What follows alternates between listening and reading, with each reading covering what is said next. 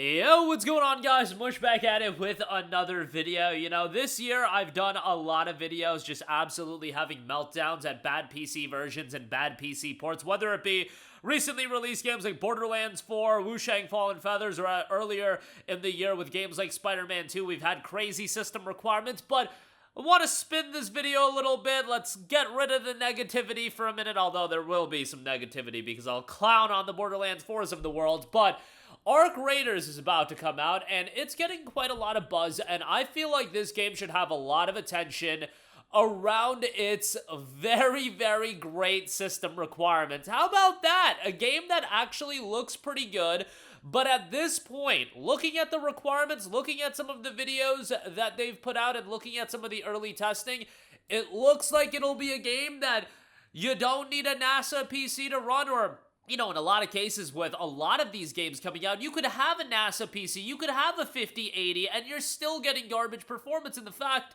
of Arc Raiders, it's not asking for the world out of it, and you can still get good performance. How about that? What a crazy world we live in. And I've seen some people talk about as far as the early testing, and it seems like the game is running really well. So I do want to break that down and give you guys some other notes on the game as well. But Arc Raiders is coming out at the end of this month. It's a brand new PvPvE extraction shooter. It's getting quite a lot of buzz. We'll see how it turns out. There's been a lot of talk over Activision and EA censoring the mentioning of the game in community chat. When it comes to a game like this, ultimately longevity is the name of the game, and we'll see how this game ultimately turns out 6 months from now and whether it'll have that sustainable aspect to it. It's not a free-to-play game. It is $39.99, so you won't be able to jump right in for free. However, we've had games like this succeed in the past. Helldivers 2 had the $40 base edition, $60 deluxe edition. This game, from the pricing standpoint, is the exact same thing. It will have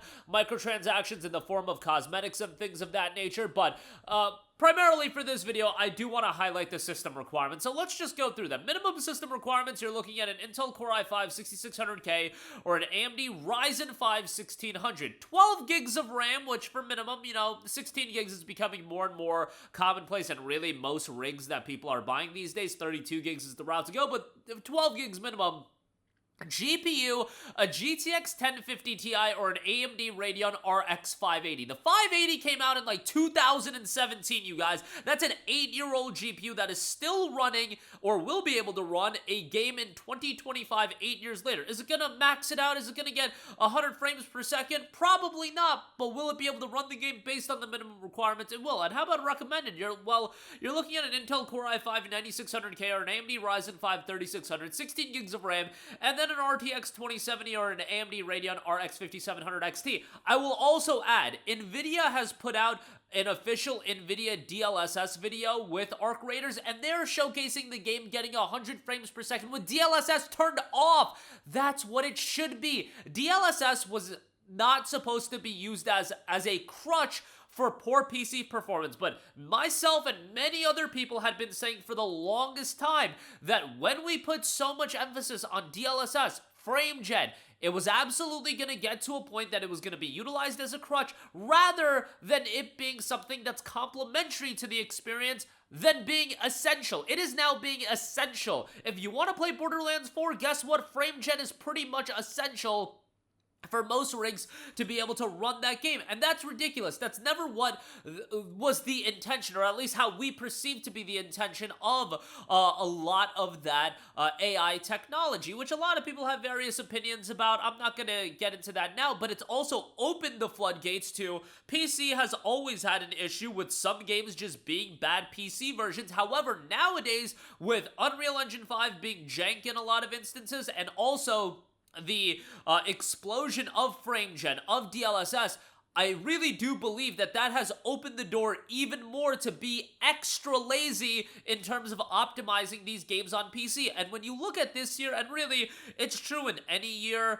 but I really do feel like 2025 has just been a disaster. Like, one of the worst years in my life when I've been PC gaming. And I know there have been years like 2015 with Batman Arkham Knight and Just Cause 3 that those games really stick out. But in 2025, it really does feel like damn near 50 to 60% of games are having a litany of issues, like from Spider-Man 2, Monster Hunter Wilds, just recently because it's top of mind, Borderlands 4, Mafia the Old Country, Wu Shang, Metal Gear Solid 3, Delta Snake Eater, Silent Hill F had some issues here and there, and issues, obviously, it's going to be relative to each game. Some games are still certainly playable, most games, like every single game that I just mentioned, outside of Silent Hill F, I haven't beaten that yet, but I beat, I think, every single game that I just mentioned, and a lot of it was going through bad PC versions, and with Spider-Man 2, I had to wait for that game to get fixed up, because that game was just a disaster, but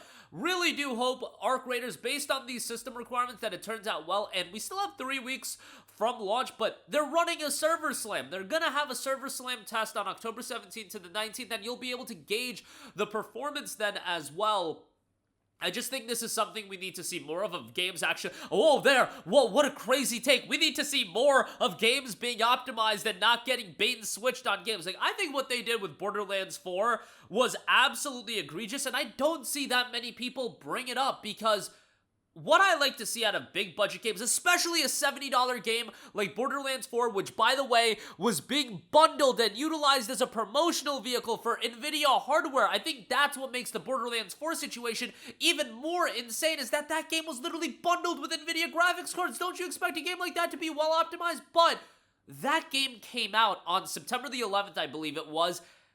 It unlocked on, I want to say it was like noon Eastern that day. People are reporting that they are having performance issues about the game, and then 5 p.m. Eastern that day, so 5 hours after the game launches, Gearbox decides, oh, here guys, here's your optimization guide, and that's what gives us a full overview of what to expect as far as what settings to go with, and what GPUs can expect, what settings, etc., etc. 5 hours after the game launches. Do you think that the game just came out and somebody was like, oh, we better make this optimization guide and we got 5 hours to do it, and then they just got, no, they had the optimization guide in the can. They knew that the game was running poorly, but they kept it away from you. That was the crazy thing about Borderlands 4, which I really think people need to bring that up even more, especially with Randy Pitchford's meltdowns on Twitter. How that game was handled from a release standpoint on PC, super, super schemy, and I said it before it came out that why weren't we getting more clarity as far as what to expect for a game of that caliber and getting that much attention and literally being bundled with NVIDIA graphics cards, and it turns out the way that it does. I beat Borderlands 4, you know, I use FrameGen and all that, but it's just like we should have a little bit of clarity when it comes to things like this, and system requirements being in line, I think, is beneficial. Arc Raiders is a smaller game, I get that, it's a $40 game, but they're running the server slam test. Everybody's gonna be able to check out the game on October 17th to the 19th and see how the game runs, and best of all, the system requirements, what they have outlined, aren't that crazy. A 1050 Ti, an RX 580, and also, I would say this game looks pretty good. Borderlands 4 I criticized because I like the Borderlands art style, but it's not like that game is super technically impressive. I'm not also saying that Arc Raiders is the best looking game I've ever seen, but it's a pretty good looking game, and a 1050 Ti and a 580 being here, I just think there should be a lot more discussion about that is incredible. How it looks like they're optimizing this game, I'm just very, very happy with. And in a year where we've had so many disasters, it's just good to see something like this. And maybe I'll have egg on my face. The game will come out on the 30th and it'll be an absolute crap show. But again, we have the server slam test. You'll be able to get some insight on that.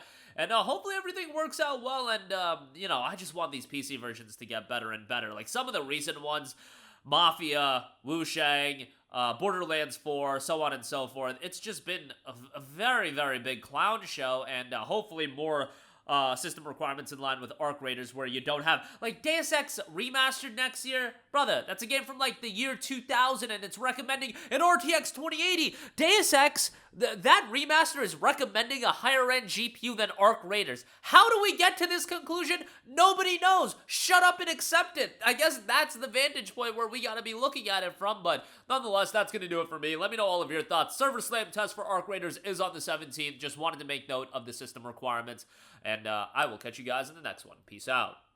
Hey, what's going on, guys? Mush here again. Hope you enjoyed the video. As you guys might know, YouTube's notification system is sometimes a little bit wonky, even if you're subscribed to the channel. Maybe you're not abundantly aware that I uploaded a video. To remedy that situation, make sure you hit the bell notification button. This way, whenever I upload a new video, and I try to upload as consistently as possible, you will be notified directly of the upload, and you can watch it as soon as it goes live. I would really appreciate if you guys hit that button so you can stay up to date with all of the content I'm posting. But as always, guys, thanks for watching, and I'll catch you guys in the next one. Peace out.